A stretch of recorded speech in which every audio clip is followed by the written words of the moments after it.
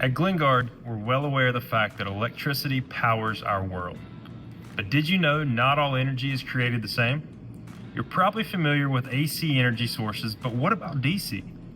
More importantly, does the difference between the two sources create additional safety hazards?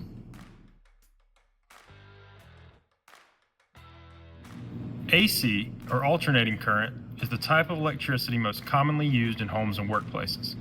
DC, or direct current, flows in one direction without fluctuation. DC energy is an emerging topic of interest for many safety professionals and operators alike in today's energy sector.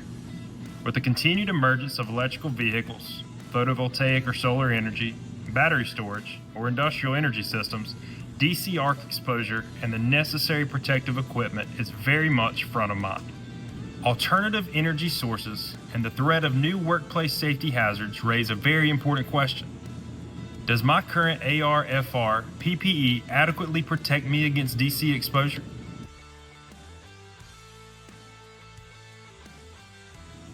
Traditional arc testing methodology embodied by ASTM F1506, ASTM F1959 is built around AC energy sources.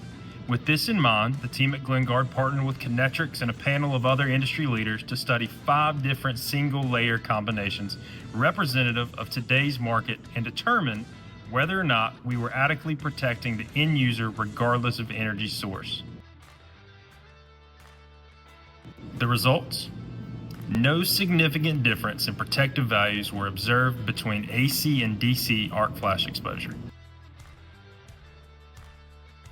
For safety professionals, this is huge.